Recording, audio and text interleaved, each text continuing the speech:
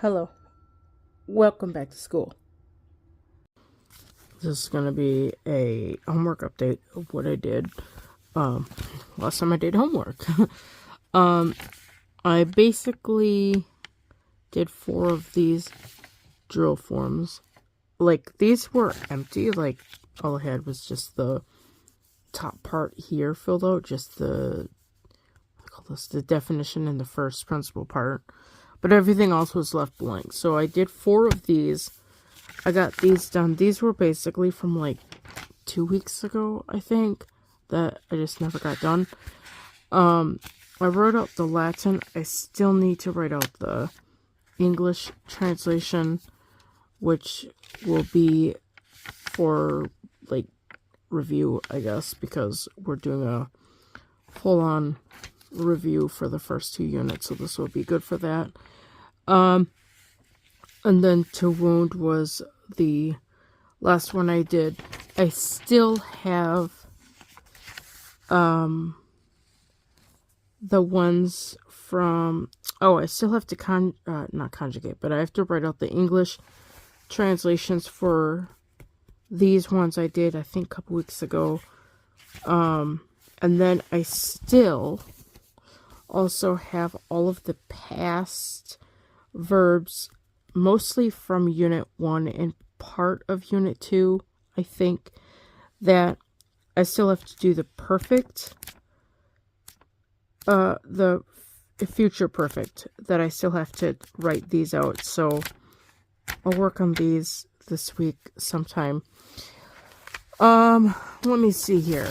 Other than that, I was holding that so it doesn't all fall around.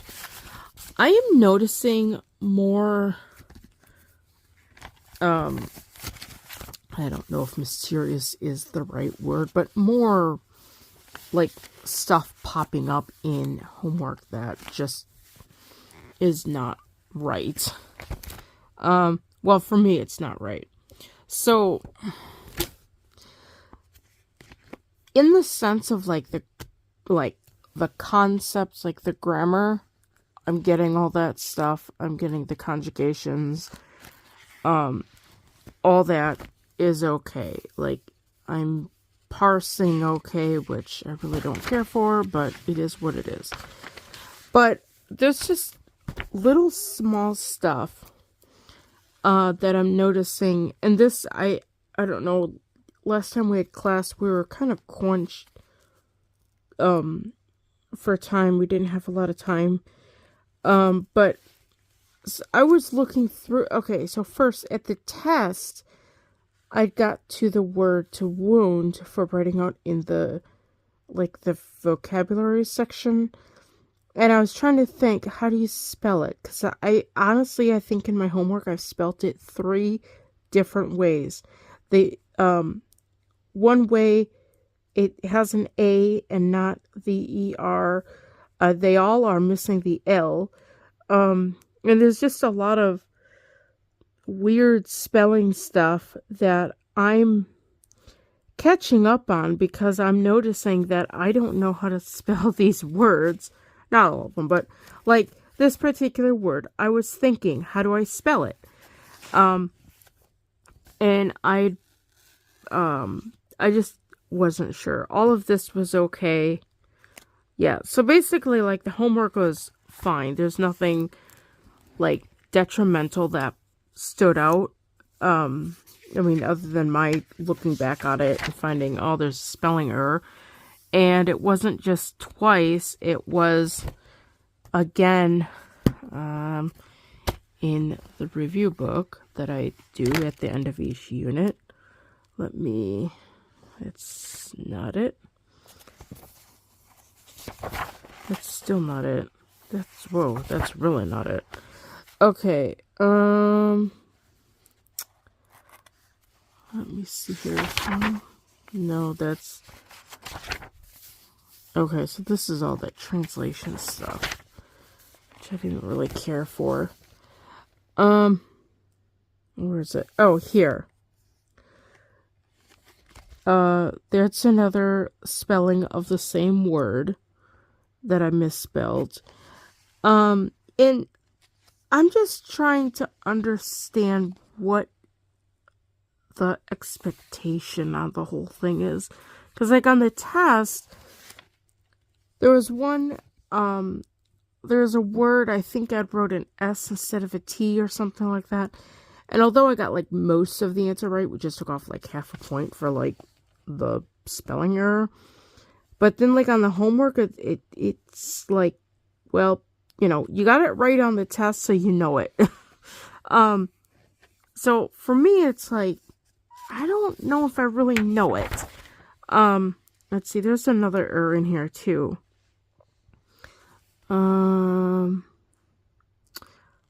Holler if you see it. There's a principal part here.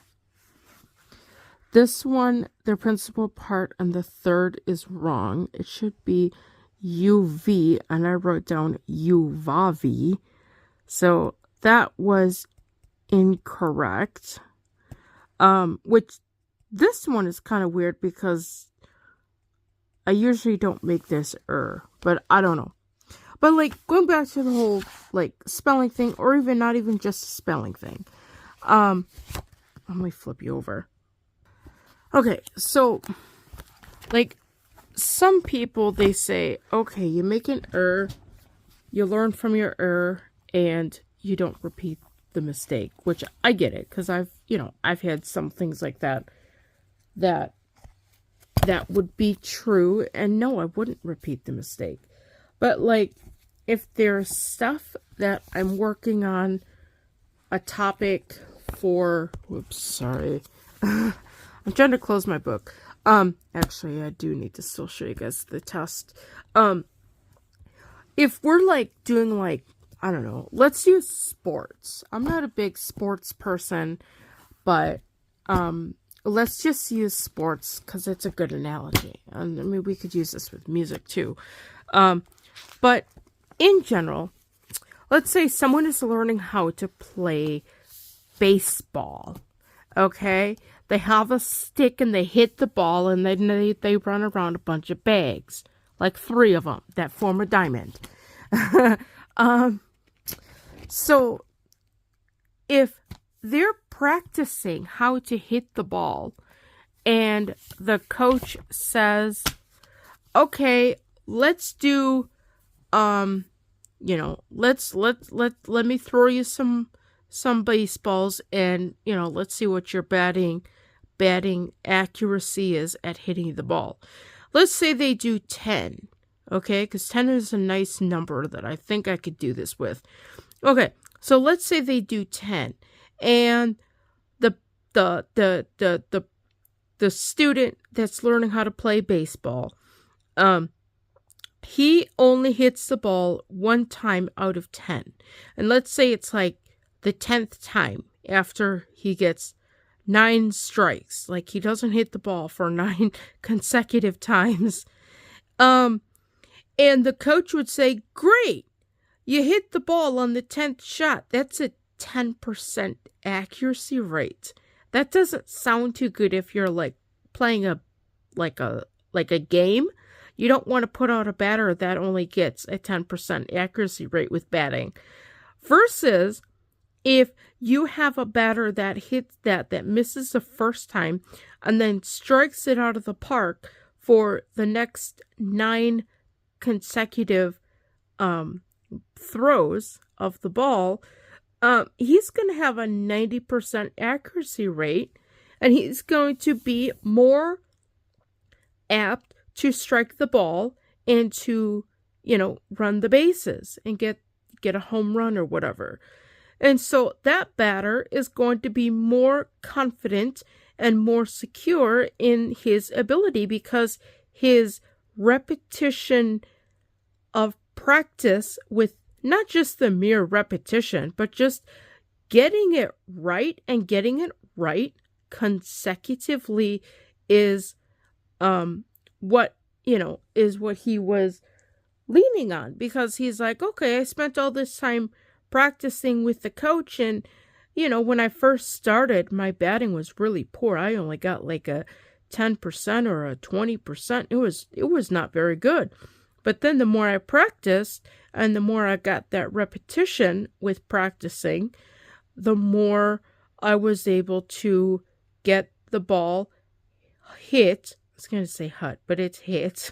And, I was able to better hone my skills in how to swing the bat, how to hold the bat, how to hold my arms, when to start the initiation to start to swing so I could hit the ball at the right time. All this stuff. And all this comes from the repetition.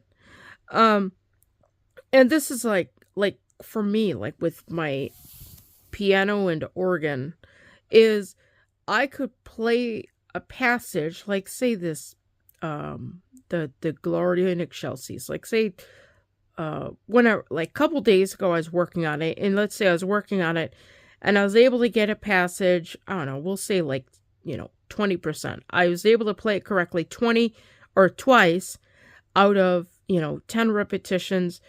Deep inside, I would know it's okay, but it needs more work. Like I could tell I need to practice this more. I need to get it correct more. And, let's say the next time I go and practice it, it's like, okay, it's coming together much more fluently. It's getting more secure. I'm able to, make these, hand changes or, moving notes, and I'm not messing up on where the soprano goes or where the tenor goes or whatever, that I'm able to play this more confidently. And that's only because I've had lots of repetition. Versus if I just let it be at the 10 or 20%, and I says, okay, I could play this, but it's only at a 20% accuracy rate, nobody's going to want to hear that, and so I don't know. Just thoughts. There's a video that I had seen, and the person was saying it's that accuracy. If you practice and you don't have that accuracy, consistency, you're not going to really feel all that confident in whatever skill you're doing, if that makes sense. I have no idea why I'm making this. I have no idea why I'm making this face. But yeah. So they're saying that, you have to have a high amount of accuracy in order for your confidence to be higher, in the sense of what you're doing, versus if you have a lower amount of accuracy and it's kind of like, well, it is what it is, it'll get better. That's just kind of like gambling, which isn't really all that good because your odds are going to be really stacked up against you.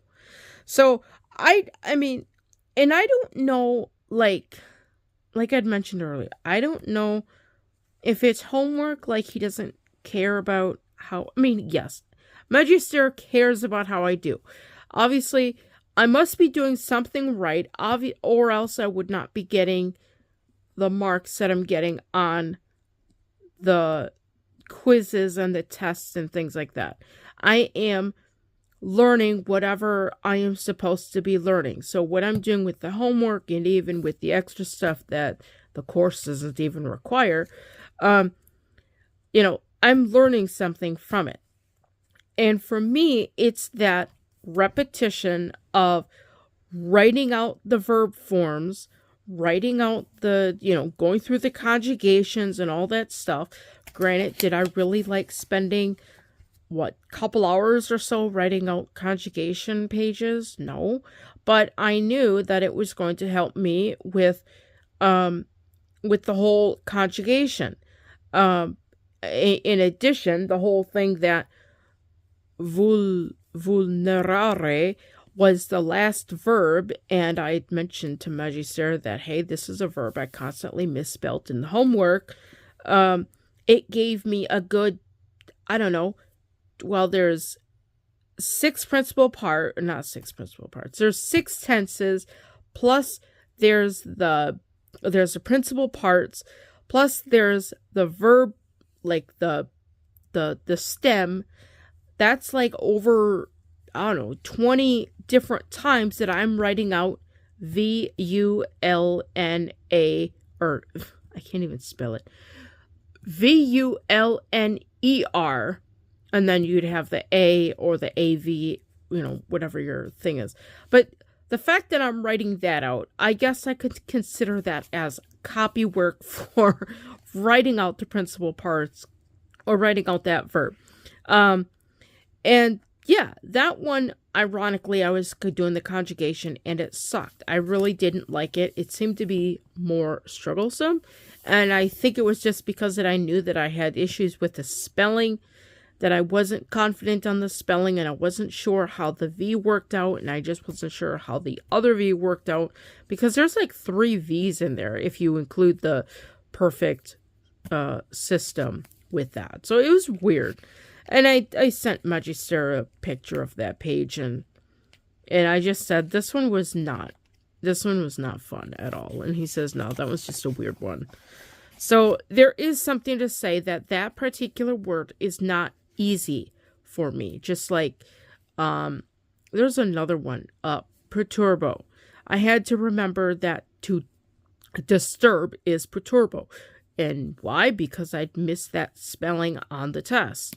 And now I have to kind of have this remembering that, all the words don't just line up with the English words. Like, D doesn't have a P sound like the Latin does.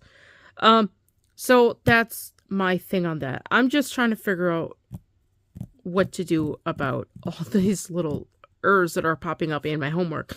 Because for me, if I'm making all the errors in the homework, it tells me that I'm not secure on what I'm doing. Even if I am getting them correct on the test, somebody could have, not that anyone's going to walk up to me and say, I want you to write out the Latin form of to wound in the, first person perfect, pluperfect, and if you don't spell it correctly, you're going to, that's not going to happen. But it's just having that confidence that it's there, that I don't have to think about it. And also, I think this is just how I learn. My short-term is horrible. I have a very horrible short-term memory. So if I'm trying to learn something and I don't learn it correctly, like the spelling of these words, I'm going to be confused because I'm, continuing to write out the verbs and later, assignments and things, and I'm going to be confused about how to spell it. Why? Because I wasn't sure how to spell it the first time. But yeah. Okay. Well, that's enough of the spelling thing and the whole thing about that.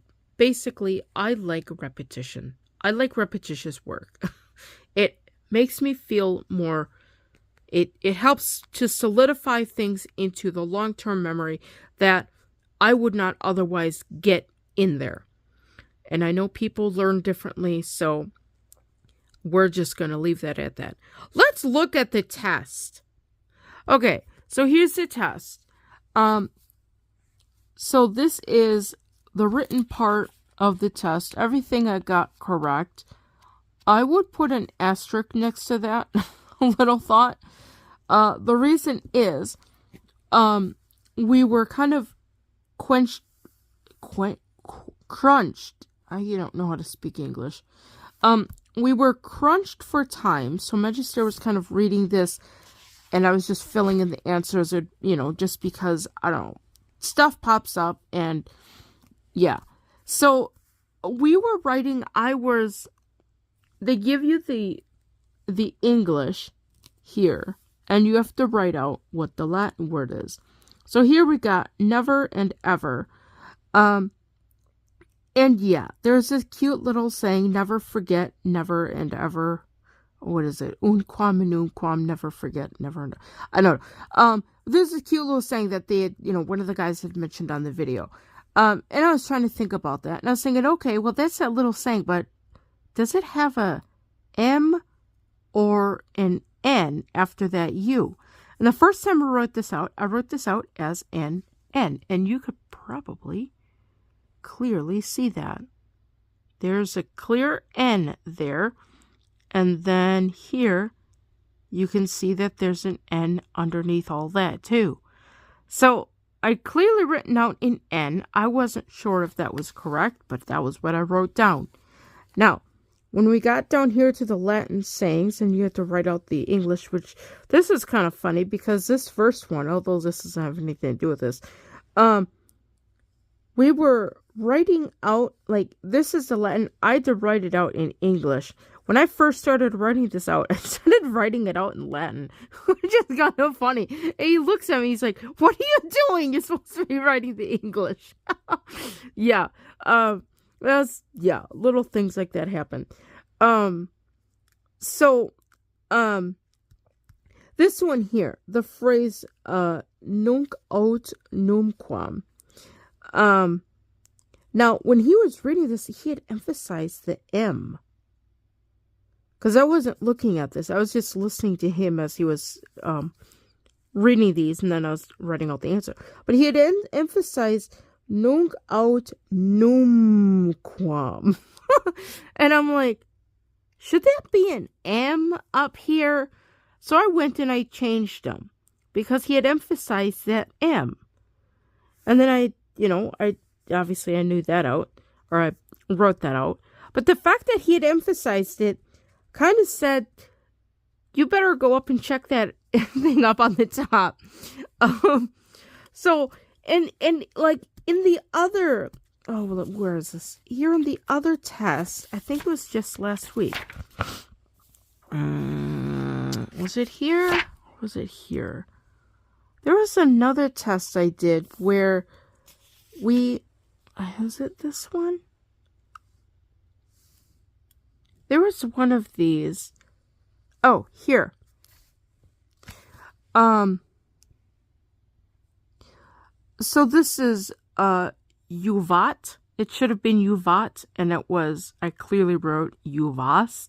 So he says, well, I could just give you the point, but at first he was like, well, I don't know if that's a T or an S. He's like, I think you meant to write a T. And I looked at it, it's like, no, that's an S. That is clearly an S. And he's like, okay. And he was just going to let it be. He's like, well, there should be at least some penalty because Uvas is it's not even the correct word. I mean, I don't even know what Uvas is something completely different. So, yeah. So, I had said, well, just take off a half point. I mean, I got more than half of it correct. Just take off a half point for the T, because it should be, there should be a, something. So, yeah. So, like here on the test, it was something he noticed. So, he does know, he finds this stuff, but I don't know. I don't know if he thinks that, he does say that I'm really hard on myself. And yeah, I am very hard on myself because nobody else is. I shouldn't really say that. I have had people who held me to a high standard, but I don't have that right now. This page is okay. This page is okay. Yeah, I really didn't like the bonus. I mean, they should have something fun for the bonus. You shouldn't have to work for your bonus points. I was really close. I was really close with not even doing the bonus points. Because I was just like, I don't want to do the bonus points. It's more thinking. I just don't want to do them. But I still did them. So then there was an oral part that I threw together. And I only lost like a point and a half on this. This is like, you either know it or you don't. I am like, oral work is, I think that's pretty important because if you have a written test, you have time to think. Yeah, you're given like a time allotment, like an hour or whatever. But like, you have time to think to write that out. But like an oral test, if you're given, I don't know, let's just randomly pick one. So here, so fortune aids the brave. I mean, obviously, you either know what this is in Latin or you don't. Or here's another one. Give the English translation for culparvitis. I mean, it's like, yeah, you know it or you don't. Okay, we're not marking off for like wrong answers that I typed in, but but yeah. So there is a little bit more of an element of, okay, this person really knows what they're doing. Like they know what they're doing. And some of these, yes, I had to think on, but he still gave it to me. I mean, we're not like strict with timing, but it's like, yeah. But as far as the ones I got wrong, this one, oh, look what verb this is. Give the English translation for vulnerabilities. Vulneravis. I can't even say the word. Vulneravisti. Vulneravisti. So, this one I totally botched. And well, I don't know if that's right or not. I don't know. It looks like he's got something written there, but it could be from the other side. Yeah, I think it's something from the other side. I don't know. Either way, I wasn't sure what that translation, like I kind of got it, but I didn't, and I just totally didn't get it. And again, it's the word to wound. So there was something with this word that was essentially my Achilles heel in this whole unit. Or I should say, since that word came up, it's just been a pain in the derriere. There's another one. I think we took off a half point. Here it is. So this was the conjugation of sol stare in the perfect tense. I chose the perfect tense because that's a really hard tense for me because the endings are different. Like, yeah, they don't follow the other endings. So this one, I kind of got like half of it right, and I think I added a V or something where there's obviously is no V. So he's like, well, you kind of know it, but you don't. And I says, okay, well, just take off half point. So we took off half point for that because I kind of know it, but I don't. So in that sense, yeah. The other part of this was like the conversational stuff from the UDT.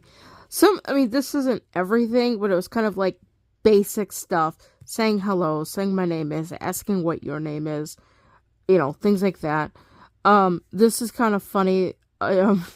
Mistyping, it says, Michi, what is it? Michi nomis Christ, or Christ? Nomen mihi Christ. Yeah, that's funny. But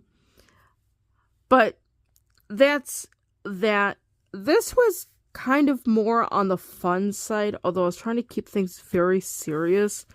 But it just kind of turned into, let's just have fun. So there was laughing, there was giggling, there was, I was able to comprehend everything that was said. Replies were funny, but I still got them, I could still say the different words. I think there was one of them that I just, wasn't sure of. And I think, some of this I just wasn't sure because I understand that Latin doesn't have a word order, but when the book, writes it out a specific way, you kind of wonder, why do they have it written out that way? But we don't, for the whole UDT, we're just going for, just the general conversation stuff. We're not really going into the grammar. Why you say, heek here, and why you say hake here, or why this is that, and all this other stuff. We're not really going through that because it's not, I don't want grammar to be a real stumbling block for this. I just want this to be like a fun conversational thing of like having something fun to, to look forward to for Latin that doesn't require verb conjugations and drill forms and all the stuff that goes with it. So this is like the fun side of things. But in general, everything was said correctly. There was a little, silliness going on, but I mean, we were both kind of like, we need to just chill. We need to chill. But yeah, so that's the test. Everything was okay on the test. I got those weird errors that I made in the homework. I got those correct in the test, which is weird, but it is what it is. So this week, I'm going to finish up these. I got to do that translation and then write these out. And then review all the flashcards and all that fun stuff. Go through all the conjugations. There's page, let me see here. This is the workbook pages. So let's see what we've got. That's Unit 2. Let's just kind of take a peek and see what we've got for the next unit. I don't know. These pages are just really, really thick. Okay, so as far as this page, that looks like charts and tables. This looks like grammar questions. Or, oh, these might be Latin sayings. That's what these are. A whole page of vocabulary words. That'll be fun. More charts. And tables. More charts and tables. I think this is the dreaded parsing. Yeah, this is a dreaded parsing. I hate parsing. Granted, they call these drill forms, but I just call them parsing because that's pretty much what you're doing, is parsing. Parsing and translation. I don't really care for that, but it is what it is. And then there's another page. More, it looks like more parsing. Yeah. More parsing and translation work. Oh, our favorite, sentence diagrams. We gotta love the sentence diagrams because we can't have a review page without sentence diagrams. Magister and I hate these. We actually don't hate these. We loathe these. These are just like, ooh. Yeah, but I still do them because everybody has to eat their vegetables once in a while. So that is that. There's nothing in this book. This just goes back into Unit 3, which, let me see here. Unit 3, just to give you guys a heads up on what's coming up. Oh, that's the wrong unit. Where is Unit 3? Oh, that's Unit... Oh, here it is. Unit 3 is going to cover first and second declensions. Oh, what is that? First and second declension nouns and adjectives. So now, hopefully I can say, I don't know, I attack the man. I don't know. Something has to be done with these verbs because I'm looking at these and I'm like, we learn all these verbs, but there's nothing to do with them. I could say, yesterday I attacked. Yay! And obviously the question is, well, what did you attack? Who did you attack? Yeah. So we'll learn nouns and declensions, which I don't know. Let me see here. To be honest, I have never heard of declensions except in Latin. Like, my hand is totally falling asleep at the ulna side, so I need to get that hand awake. But like in the sense of like verbs, I've heard of conjugations, but noun declensions, I've never heard of those. Like, I've never heard of the term declension except with Latin. Like, not even in German or French or, any other language. I have not heard of declensions. So, this is going to be a new concept. We did briefly look at it before we started this course, but to be honest, I don't know if I'm going to remember anything of what we looked at before. We both really didn't care for that other book anyway, so this is kind of like, well, when we get to it again, we'll learn it that way. But yeah, so that's coming up after this test thing here. But yeah, I think that's going to be a little bit exciting, and hopefully I won't forget anything that I've learned the past several months with the conjugation and the all this stuff that I'm learning right now. The tenses. So, I need to get dressed. I'm going to go to the organ and see what I can get done there. I would like to try to finish the bottom section, possibly go into the next section of the whatever they call that thing, the Gloria in Excelsis. And then I'll need to make some headway on some of that other stuff that I was looking at. Last time I was at the organ. Oh my gosh, I hope I don't fall asleep. That would not be good. But yeah, my next step is to go to the organ and get some work done there. I need to like beef up my organ practicing because yeah, it's a long story, but I just need to do that outside of daylight hours. So, anyways, that concludes Latin, and we will continuing to forge through with this review stuff, and we'll see what happens at the next upload with Latin work.